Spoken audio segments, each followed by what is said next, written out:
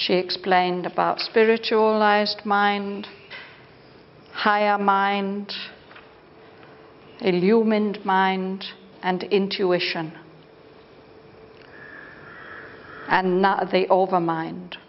And now she's going to tell us about the realm of truth consciousness, the realm of supermind. In her glorious kingdom of eternal light, all ruler, ruled by none, the truth supreme, omnipotent, omniscient, and alone, in a golden country, keeps her measureless house. In its corridor she hears the tread that comes out of the unmanifest, never to return, till the unknown is known and seen by men. Above the stretch and blaze of cosmic sight, above the silence of the wordless thought, formless creator of immortal forms, nameless, investitured with the name divine, transcending time's hours, transcending timelessness. The mighty mother sits in lucent calm and holds the eternal child upon her knees, attending the day when he shall speak to fate. There is the image of our future's hope. There is the sun for which all darkness waits. There is the imperishable harmony. The world's contradictions climb to her and are one.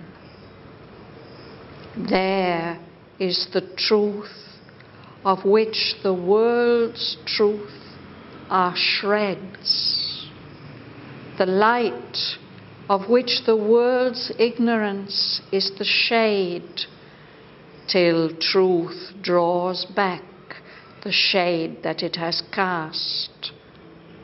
The love our hearts call down to heal all strife, the bliss for which the world's derelict sorrows yearn.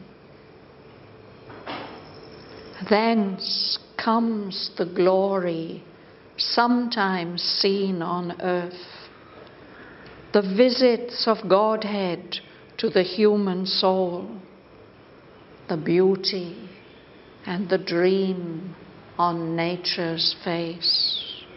There the perfection born from eternity calls to it the perfection born in time.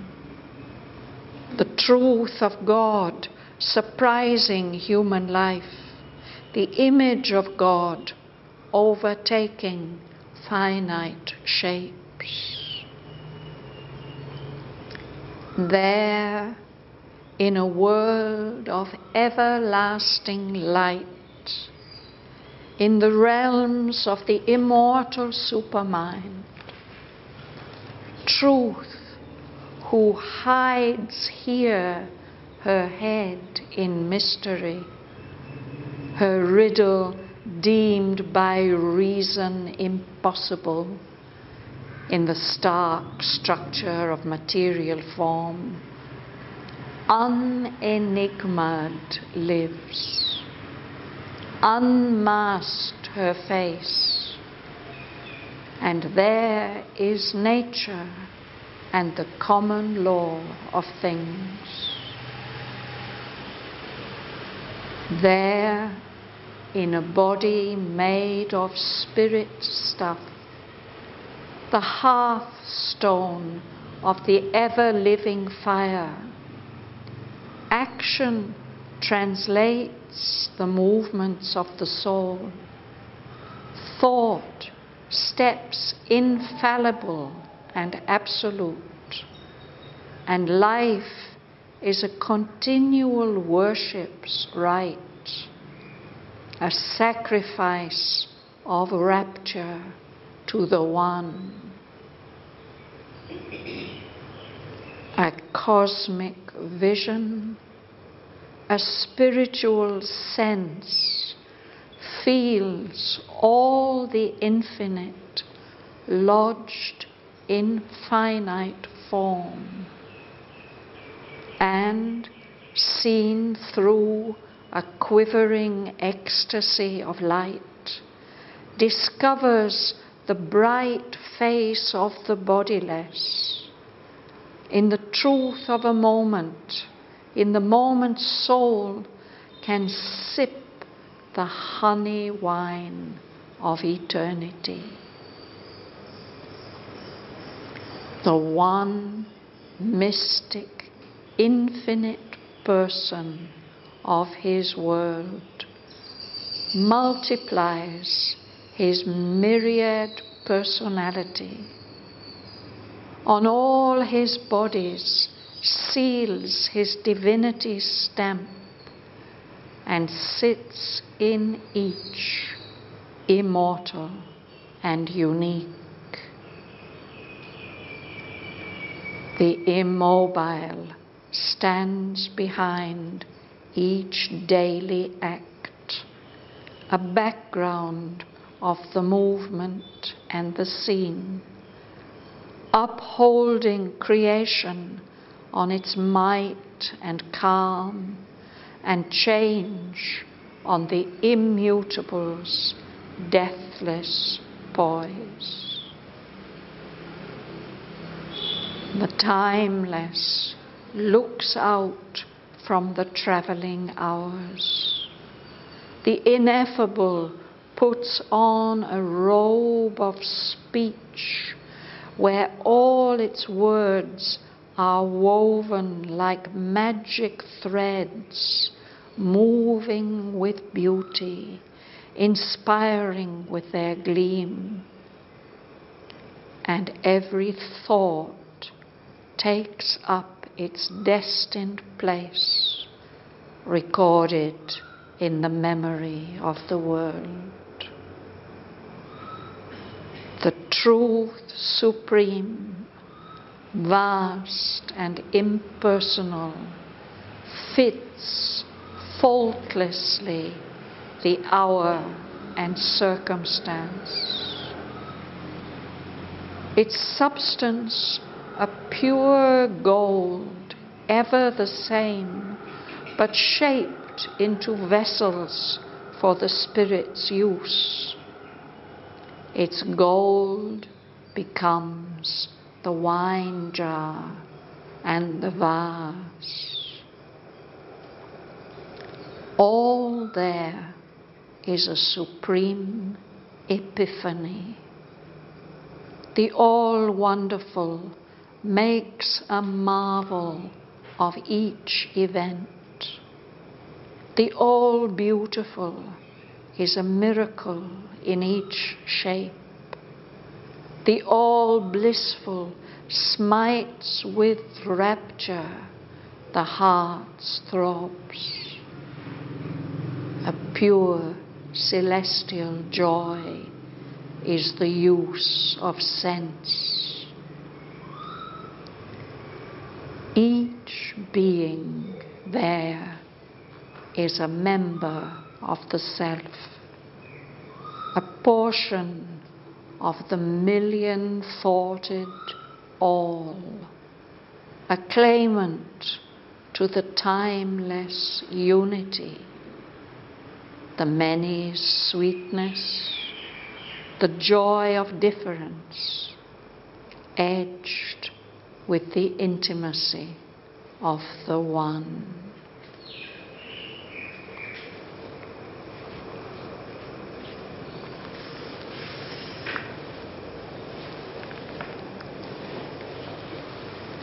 So this is the place in Savitri where Sri Aurobindo tells most about the supermind. There is another shorter passage in Book 1, Canto 5, but this is the main place where Savitri describes the nature of the truth realm. So let's see how much we can understand about that. Rosa, you'll begin.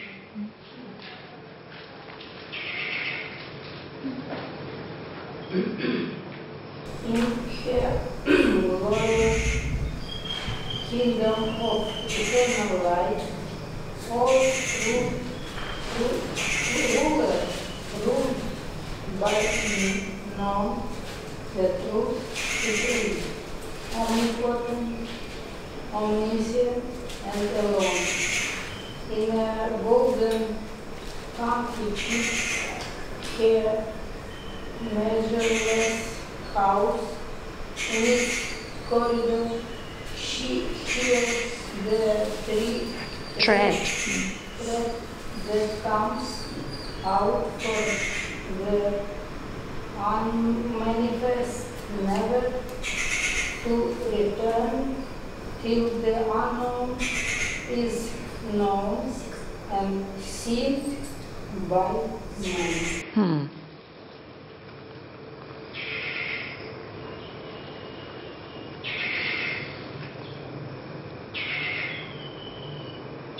So this is the kingdom of truth,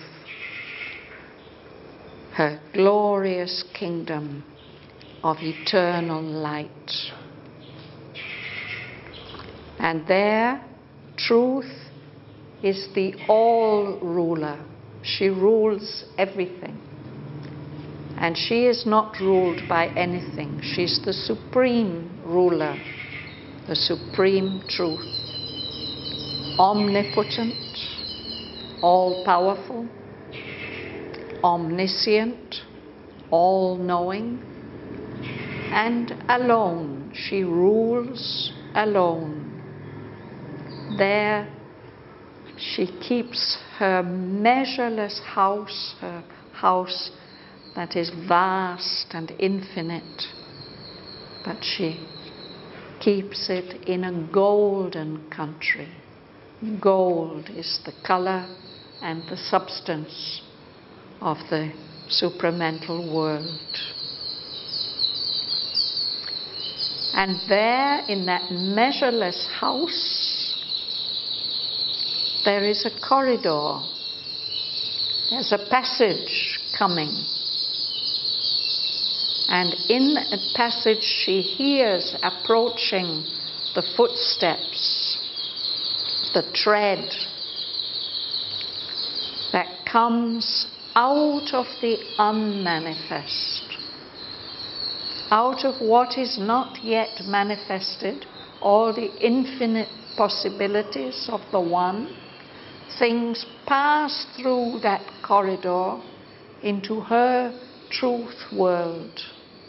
She hears their steps coming along the corridor. In its corridor, she hears the tread that comes out of the unmanifest. And those things that come through that corridor, out of the unmanifest, into the realm of truth, will never come back the other way until the unknown is known and seen by men, until the divine life has been established upon earth. The thread is of each person or... I think this is powers and possibilities. But as you walk along a corridor, sometimes your footsteps echo. Yes. So we don't know what are those many possibilities that are coming out of the unmanifest into the manifestation. They have to pass through that corridor, through the house of truth, in order to enter into the manifested universe. Why it is interesting, because he says never to return, it is seen by all. So if it's for each person, then it's a different story. Or if it's each, let's say, broader thing, much bigger thing. Yeah, I think these are powers and possibilities. And perhaps when everything, all the unknown, is known and seen by men, when the divine life has manifested on earth, perhaps we may all go back along that corridor into the unmanifest, maybe.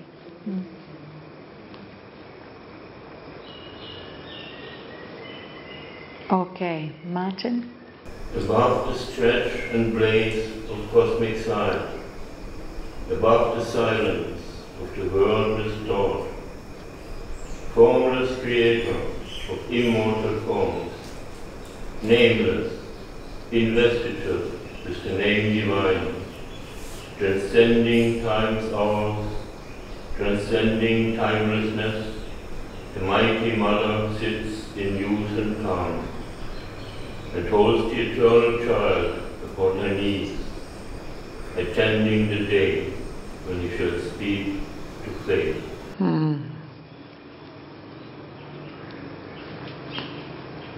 So this world, this glorious kingdom of eternal light, is above the stretch, the wide scope, and the dazzling light of the cosmic sight. It's above the highest level of the universe. It's above even the silence of the wordless thought that hasn't been put into words.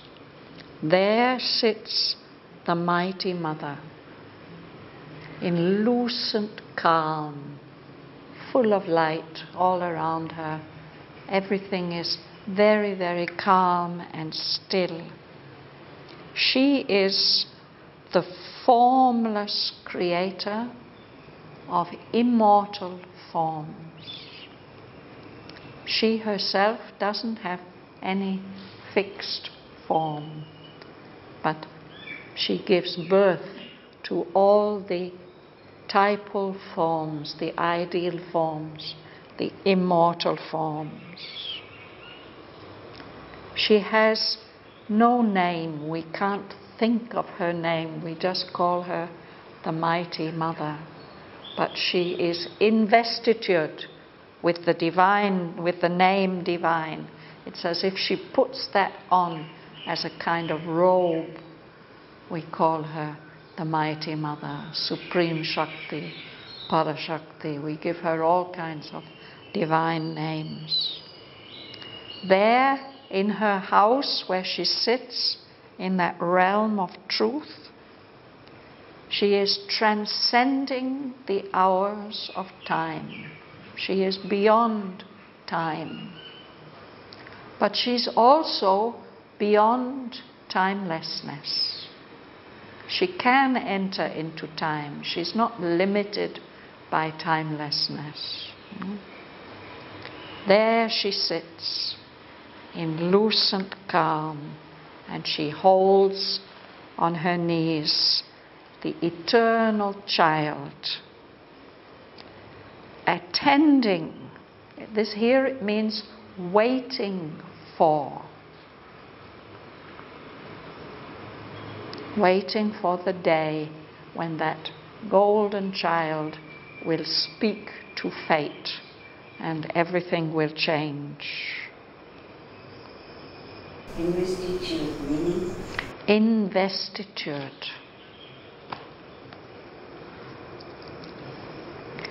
In England, the Queen, now and then, she holds investitures.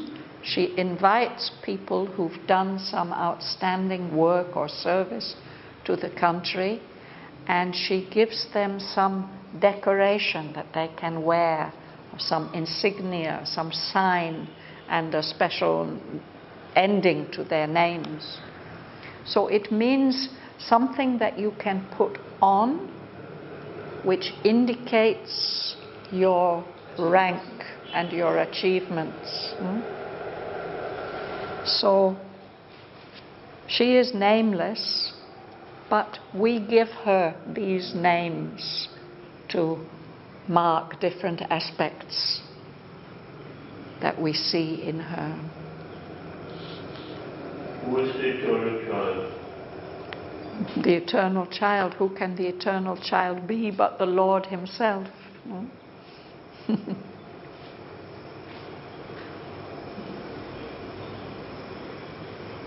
Ever young, always playing.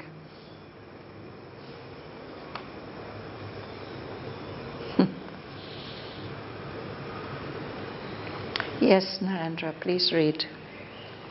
There is the image of our future's hope. There is the sun for which all darkness waits. There is the imperishable harmony. The world's contradictions climb to her and are one. There is a truth of which the world's truth are shreds, the light of which the world's ignorance is the shade. Till truth draws back the shade that it has cast, the love our hearts call down to heal all strife, the bliss for which the world's derelict sorrows yearn. Thence comes the glory sometimes seen on earth, the visits of Godhead to the human soul, the beauty and the dream of on the nature's face. Yes. So already existing there is an image, an appearance of everything that we can hope for in the future. All the blessed things we might hope for and imagine waiting for us in the future. And there in that country is the sun, a very special sun, that highest and most auspicious form of the sun, which will illumine us with the truth. That's the sun for which all darkness is longing. And there is the imperishable harmony. This is the great characteristic of the supramental world, that all contradictions are in harmony there. Everything that here seems like a contradiction, an opposition, something irreconcilable, there everything is in imperishable harmony, a harmony that can't be disturbed or destroyed. All the opposite tendencies of the world's contradictions, are climbing up to the mighty Mother, and there, when they reach her, they all join together and become one. They are not contradictions anymore. They are aspects of the one. There is the truth of which the world's truths are shreds. Shreds. Shredding is what you do with carrots. No? So, in our world, what we have are little fragments of truth. They're all fragments of one truth. We cling on to them and we claim this is the truth and that is the truth. These are all shreds of that one truth. That is there ruling in that world. And also there is the light. That light with a capital L. Our world's ignorance is like a shade over that light. Now here the lamps have shades, not the ones at the back. There's something so that we don't see the full light, which might be painful to the eyes. No? So there is the full light. Our ignorance is a shade over that light. And it will remain like that until the truth herself draws back. She takes away that shade that she herself has cast. There too is the love that our hearts are longing for. The love, the supreme love that will be able to heal all strife, all conflict and quarreling and clash. And the bliss for which the world's derelict sorrows yearn. We are all longing for bliss. No? And he uses this word derelict. Something that's derelict is completely tumbled down, and it's not even exactly like a slum. In a slum, people put together ramshackle houses out of bits and pieces, no? But they are living in them. It's a house. But our sorrows, it's as if they're completely abandoned and broken down. No? They want to be healed by that divine bliss of the Mother. And then we have this word, thence. From there, from that country, comes the glory sometimes seen on earth. If we have some wonderful divine experience, it's really coming. Its origin is from that world. When the individual form of the divine, the Godhead, the Lord, visits the human soul, he's coming from there. And the beauty that we see in nature, it's coming from that realm. And the dream on nature's face, that beautiful face of nature is dreaming of even higher and more perfect beauty. It says the Godhead given us capital G, capital letter. Yes. Sometimes it's small, and it's not consistent throughout the poem. It's one of these things, that Aurobindo never had a chance to finally and fully revise it. And all these later passages were taken down by dictation. So we can't be sure how significant it is when there's a big or a little letter. What was the period of Savitri? This he was writing at the end of the 1940s. I mean... Near his end, 47, 48, 49. Yes. The whole first part of Savitri, that is up to the end of book 3, he got it more or less into its present complete form by about 1944, after many, many, many revisions. After that, he didn't make so many revisions. It's as if he had got it completely clear in his consciousness what he wanted to do, and he wasn't experimenting anymore. He had decided that yes, it can be finished and it can be published. The first lines were published in 1946 for the first, a passage. He gave permission for that to be published.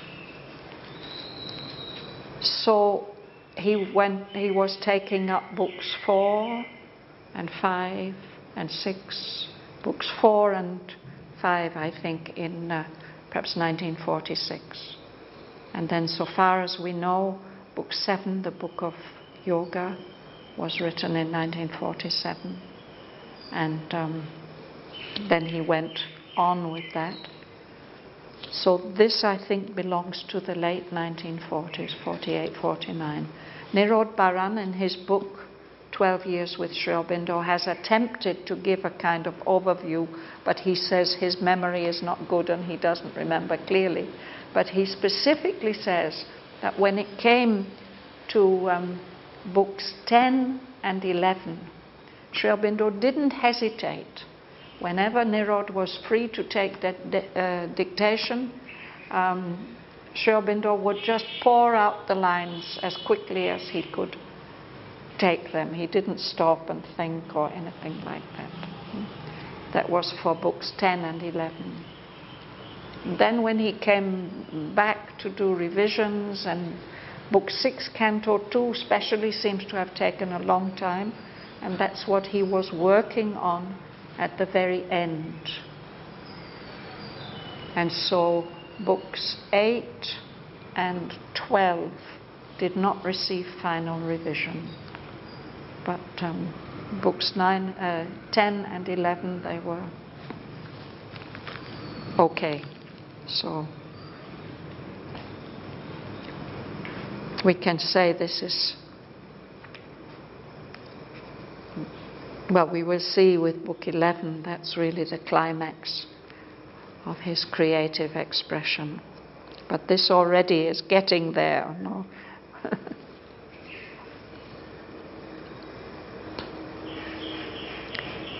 Bhavan. The perfection born from eternity calls to it the perfection born in time, the truth of God surprising human life, the image of God overtaking finite shapes. So this is that aspect of harmonization. The supermind is not just up there, no, it's in contact with our world. So there, the perfection born from eternity is exerting some kind of attraction. It's calling to the perfection, whatever perfection we can call, we can achieve here. It's getting called up there. So there are aspects of the influence of that world, the truth of God, surprising, suddenly overtaking our human lives and revealing things unexpectedly. And the image of God overtaking human shapes. I think it's not in the sense of overtaking like a car may overtake you. It's in the sense of taking over. The image of God takes over, inhabits human shapes. That's come from that realm. Which godheads really count the main godheads in the history of humankind? Well, if we talk about Godhead with a small g, every one of us has a Godhead within us. No? And in different parts of the poem, perhaps he's speaking about different Godheads. In book 11, when we come there, we will see Savitri meets a Godhead who contains within him the fourfold expression of Virat, the Lord of the material world, Hiranyagarbha, the golden child who's dreaming the subtle worlds, Prajna, the supreme reason, supreme wisdom, which has shaped or conceived all this, and then the Turiya, the fourth state, which can't be described or named or conceived in any way. These are four. But you will notice he doesn't always name things, not using the traditional names. He often, of course, alludes to Krishna, who was his own special love and guru. What about the perfection born in time? I don't see much perfection on earth, actually. No, I think he means at that time what is perfect. Like when in the era where he takes a shape, he takes the form which is required by that time. Depends that we have the avatars, so Vara avatar for that particular period of time, and then some of the things that nature does are so perfect. This morning, Dhanalakshmi took me out in the rain to show me, you can have a look when you go outside, there are some pots with cactus plants in. And there are different types of cactuses, and different types of cactuses at the moment are flowering. And there's one flower there, it's absolutely mind-blowing. I can't even describe it to you, but you would have to go and see it. With many, many small flowers, with I don't know how many petals they have, but how perfectly every petal is patterned. It's not, although they are so small, they have complex patterns. It's just so perfectly done. So this, and of course, if we look with a microscope into the structure of the cells of plants, or the structure of minerals and metals, so amazingly perfect. And Aurobindo has said that that perfection which is there in the lower levels of nature is an expression of the involved supermind. So that's the source of the perfection, whatever perfection, on whatever level, at whatever time. It can only be perfect because the supermind is behind it or involved in it. Suresh, you will read? That in your world of everlasting light, in the realms of the immortal supermoon, truth who had that has yet in history, that revealed being deemed by reason impossible in the structure of material form.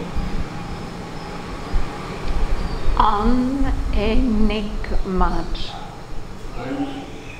Unenigmed views unmask her face and his nature and the common law of things. Yes. So there in that world of everlasting light, in the realms and the kingdoms of the immortal supermind, truth, who here hides her head in mystery. There's something always mysterious about truth. With her riddle, the puzzle that truth poses to us, it's so complex. Here, reason thinks that it's impossible to solve that riddle. Here, in this stark structure of material forms. How could that mystery of truth ever be expressed in material forms? There lives unenigmad. An enigma is a riddle or a puzzle, something that's difficult to solve. So there in that realm, the truth is obvious. There's nothing puzzling and bewildering and mysterious about it at all. Her face is unmasked. There, she is nature. She's what is natural and normal, no? The common law of things. So here we have a a material nature, an earth nature. We have the mother of life and the mother of mind. There, truth is the mighty mother.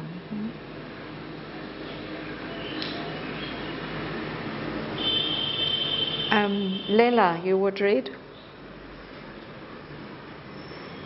There, in a body made of spirit stuff, the earth half stone of the ever-living fire, action translates the movements of the soul. 4 steps, infallible and absolute, and life is a continual worship's flight, a sacrifice of rapture to the one. Yes. So there are beings, and they have bodies, no? And they act. There is thought, there is life. All those things are there. The body is made of a different kind of substance from this dense physical gross matter that we know. The bodies are made of spirit stuff. And that those bodies are like altars on which the fire of sacrifice burns. He says the hearth stone. A hearth is a place where we burn a fire. And in the Vedic sacrifice, they used to build altars like that for sacrifice.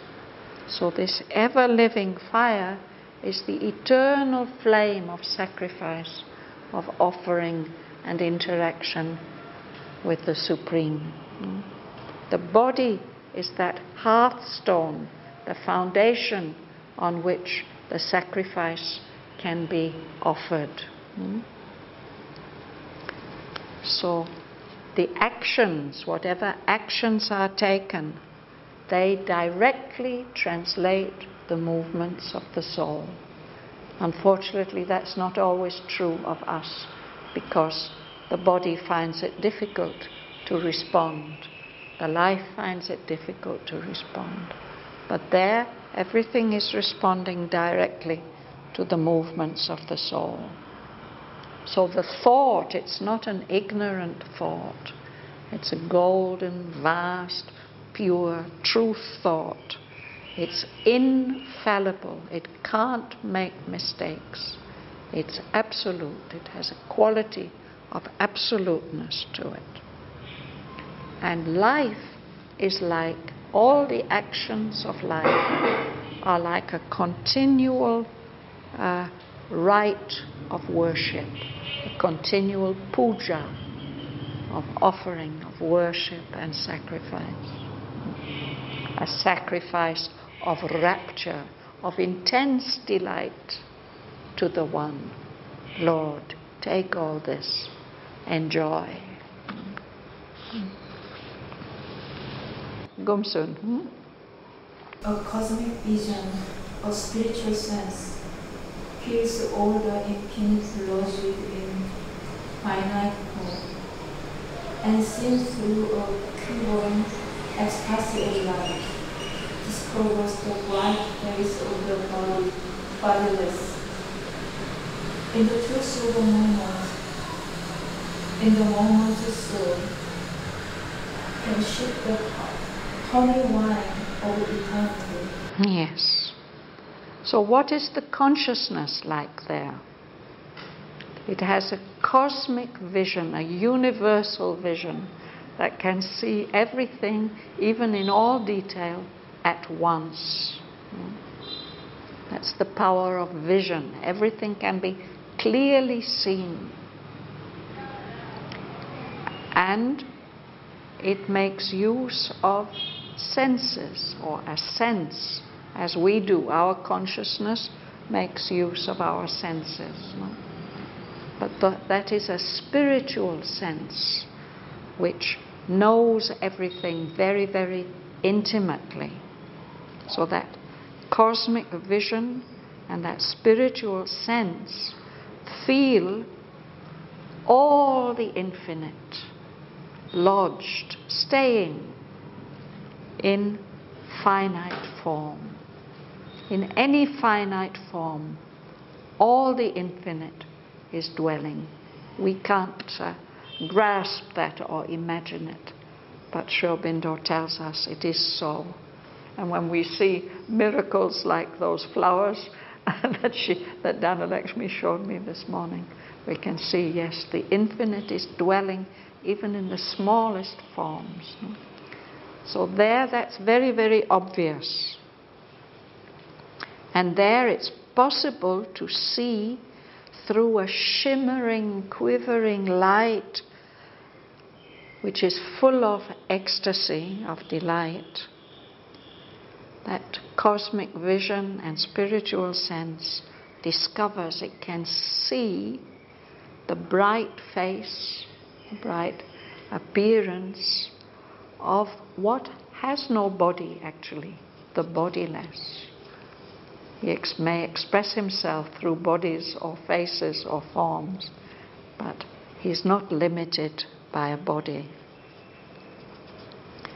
And that cosmic vision and spiritual sense, in the truth of a moment in time, in the moment's soul, can sip the honey wine of eternity. Sip is when you take just a little drink, no? Just a little bit. So in the moment you can get just a sip of eternity, of what is beyond all time. That honey wine, that extreme sweetness of eternity.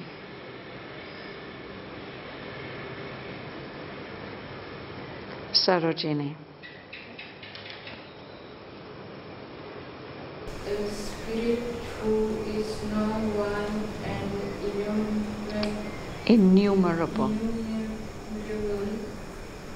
The one mystic infinity person of his one multiplies his Myriad.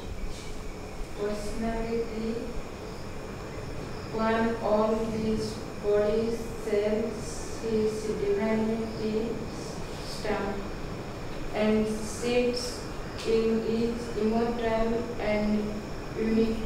Yes, thank you.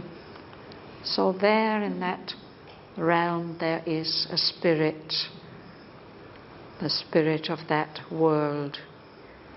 He is no one, but at the same time he's so many people he can't count them. Innumerable. He's in all these innumerable forms. He's the one person, the one conscious being who is inhabiting that world.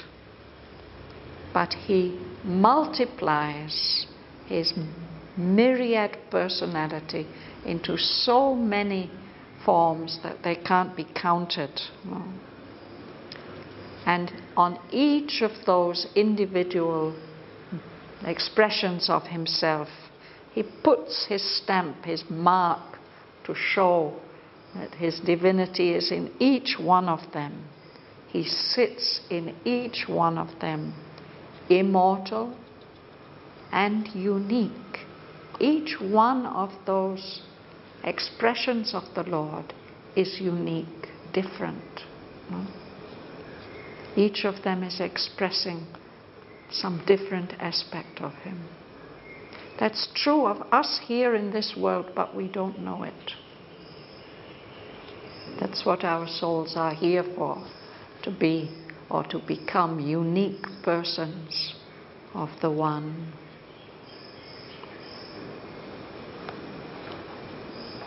Patricia. The immobile stands behind each daily lamp, the background of the movement and the scene, upholding creation on its light and calm, and change on the immutable, deathless So this is an interesting thing that Sri Aurobindo points out to us, that behind everything that moves, behind all action, there has to be supporting it something that doesn't move, what is immobile. So we don't see that happening, but there in that world it's clear that the unmoving, the one who doesn't move, who doesn't change, is standing behind each daily act, each small thing that any of his forms does. The immobile is a background of all the movement and the scene, the changing scene. It's upholding, holding up creation, all the variety of the creation on its might, its power, and its calm. It supports change on the deathless poise. The poise is where there's a perfect balance, of the immutable, the one who doesn't change. Mutable means changing.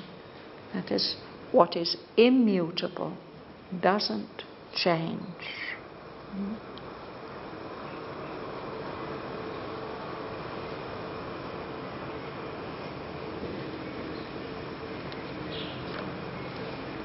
I think we'll stop there for today.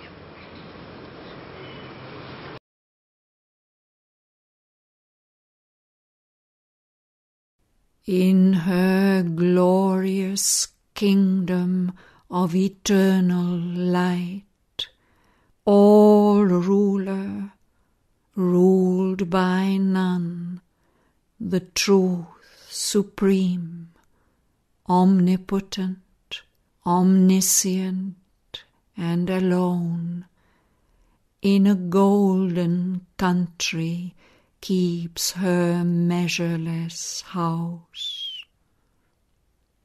In its corridor she hears the tread that comes out of the unmanifest, never to return till the unknown is known and seen by men.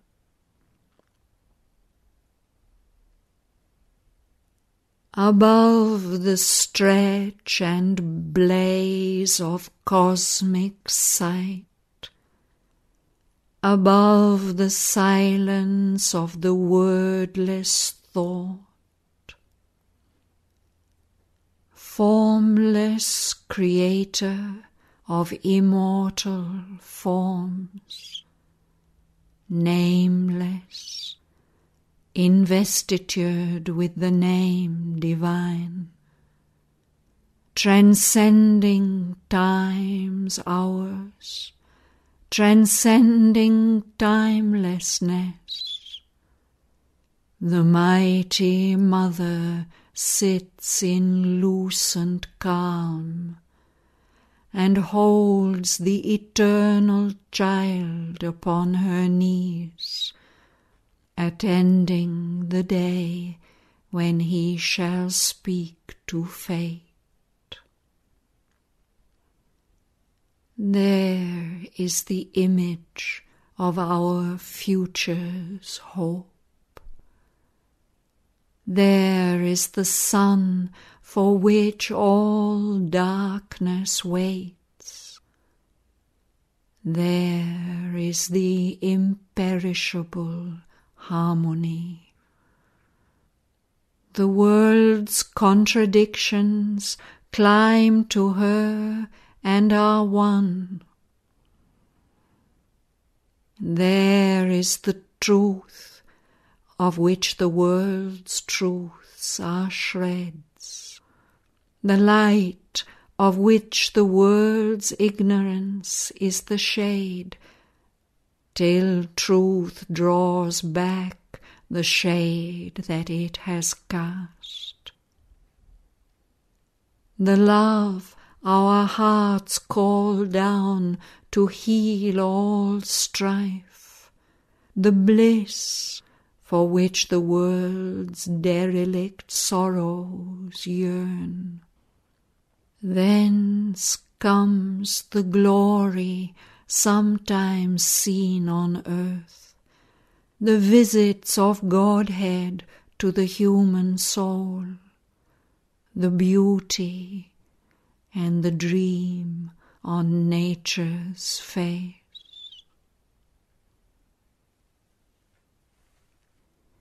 There the perfection born from eternity calls to it the perfection born in time, the truth of God surprising human life, the image of God overtaking finite shapes.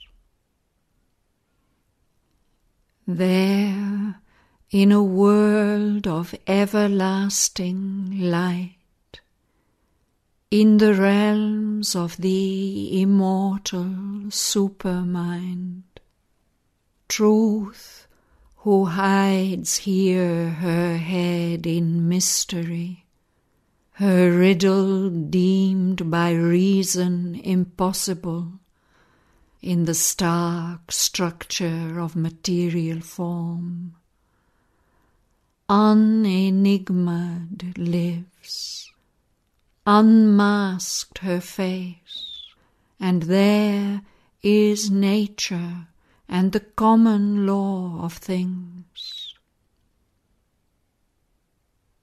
There, in a body made of spirit stuff, the hearthstone of the ever-living fire, action translates the movements of the soul, thought steps infallible and absolute, and life is a continual worship's rite, a sacrifice of rapture to the One.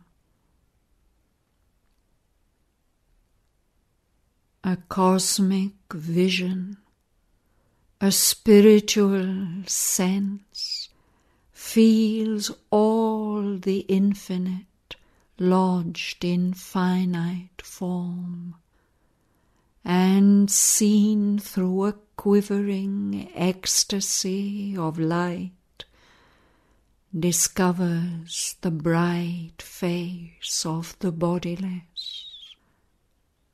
In the truth of a moment, in the moment's soul can sip the honey wine of eternity. A spirit who is no one and innumerable, the one mystic, infinite person of his world, multiplies his myriad personality. On all his bodies seals his divinity's stamp, and sits in each immortal and unique. The immobile stands behind each daily act, a background of the movement and the scene, upholding creation on its might and calm, and change on the immutable's deathless poise.